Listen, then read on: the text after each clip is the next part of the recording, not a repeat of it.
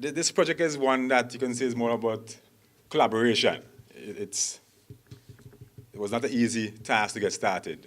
We actually started a little before 2013, Roxanne, before our first symposium, with setting up the working group. And the original plan was to just have lime and flow at the IXP. That was what was done in the other islands, Grenadines and so forth, so far in the Caribbean.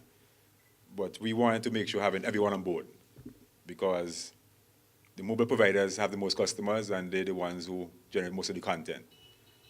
And we thought it was possible to get digital on as well. So most of that initial time was done trying to get digital on board. And we were able to do that to start out with. So when some thought it wasn't possible, we were able to have digital come on and agree and work with us in the working group to get this IXP going. Also, it was originally planned to have the IXP located at the NTRC office upstairs here. That was the original plan, similar as done in Dominica and I think in Dominica, and not for Grenada for sure. That's how that arrangement was. But we also thought looking down the road and to get the best benefit of it for all the parties involved, we were saying maybe if we get it installed at the cable landing station, that's where the submarine cable comes into St. Vincent, at least one of the stations. For the new cable, the most recent one we have, the Southern Caribbean Fiber.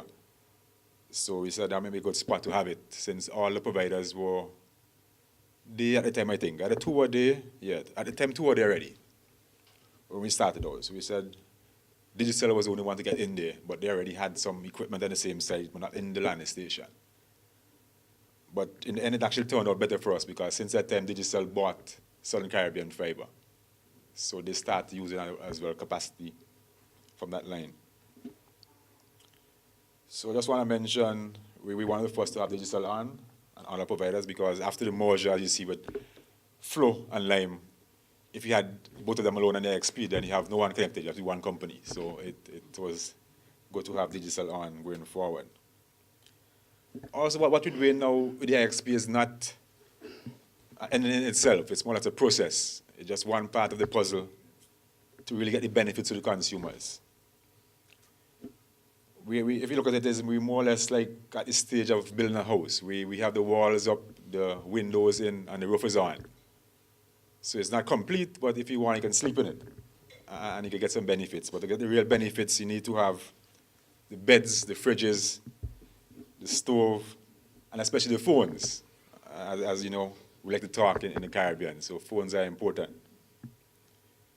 So at this point in time, as Roxanne showed, we have the switches in place, the routers, and we also have additional servers that are there to start up other services such as the DNS servers, the root servers, and so forth. Those equipment are there already, and some were given to us through Pack and Clearinghouse. They're a US-based organization. They're, I think, an NGO, and they've been working with us in the Caribbean for the last number of years, maybe more than 5, through Mr. Bevel Wooden.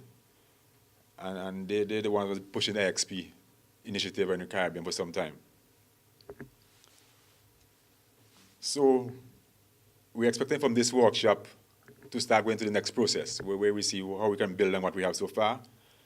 And that is mostly to do with content. If you don't have the content situated locally, you don't get the full benefit of the IXP. So even though we are connected now, there's some traffic will pass, but if you don't have the content providers, like Facebook, Google, and people like Akamai, which possibly not hear of, but they provide most of the streaming video content that you use on the internet. So all those videos you're watching from overseas, Akamai provide a service to other companies. They will put the content closer to you so that it comes to you faster.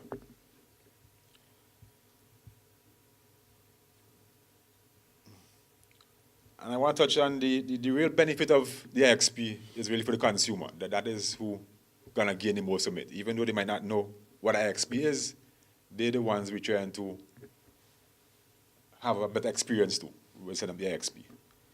Right? They will experience faster load speeds for the websites, such as content from, when they access content from Facebook or uploading content and these things, people like Instagram, they'll get those stuff faster with IXP in place.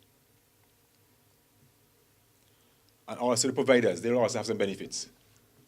Because currently, each one have their own pipes internet pipes to the US, which most of our content come from. And the bigger the pipes, the higher the cost to them. And if they have to bring that content locally to the customers, each one will need to have their own content caching separately, which is a cost. But by using the IXP, where they're all connected to, they can have that content individually that's serving each one of them. They can get the content, share that access to that content. So they can save, by having the content locally, they have smaller pipes off island, which less cost to them, and hopefully they can pass some of that cost savings to the consumer. That's a big hope.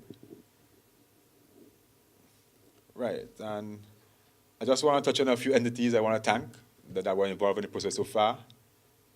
I want to thank all the providers that had the staff part of the working groups for the last 2-3 years, from Digicel, from Lime, from Flow. And I also want to thank Southern Caribbean Fiber, which is where we had the equipment installed at, which were then bought over by Digicel, but at the time, we had to work with them. And they're not based in St. Vincent. They have a cable landing here, they don't have an office here, they're French base, and you have to deal with them. Sometimes you had a lot of difficulty getting back from them, and Roxanne will be in my case, what's happening with the IXP. So that was a challenge, but I want to thank them for assisting us and get everything working together. I also want to thank Packet Clearing House, and especially Beverly Wooden, for his work and assistance to us over the last few years. And the former Minister of Telecommunications, Dr. Gerald Thompson, and currently I think maybe Director of Special Projects. This was like a pet project to his. He wanted to get this done for a very long time. And he'll all be on my case and everyone's case to get it set up. I think he was the one mainly responsible for getting it with part of the CARCIP project and getting the funds so that we can implement it. So I want to thank Dr. Thompson for his push and drive to get this to this stage. I also want to thank Roxanne John for her work over the last 2 years on the CARCIP project. Sometimes it wasn't that easy, sometimes we had heated arguments, but she knew I love her a lot.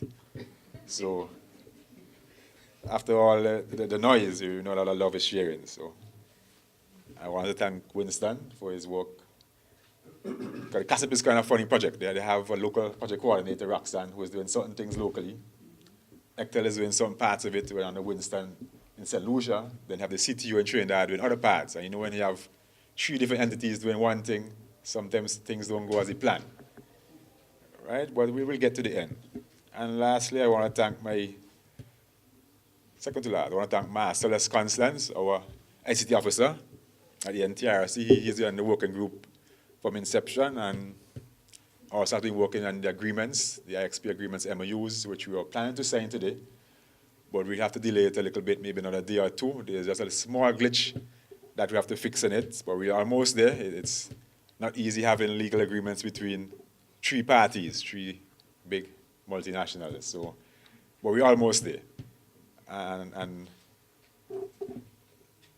also thank my staff for helping out with assisting and setting up this workshop and making sure everything runs smooth for the next 2 days. Okay, thank you.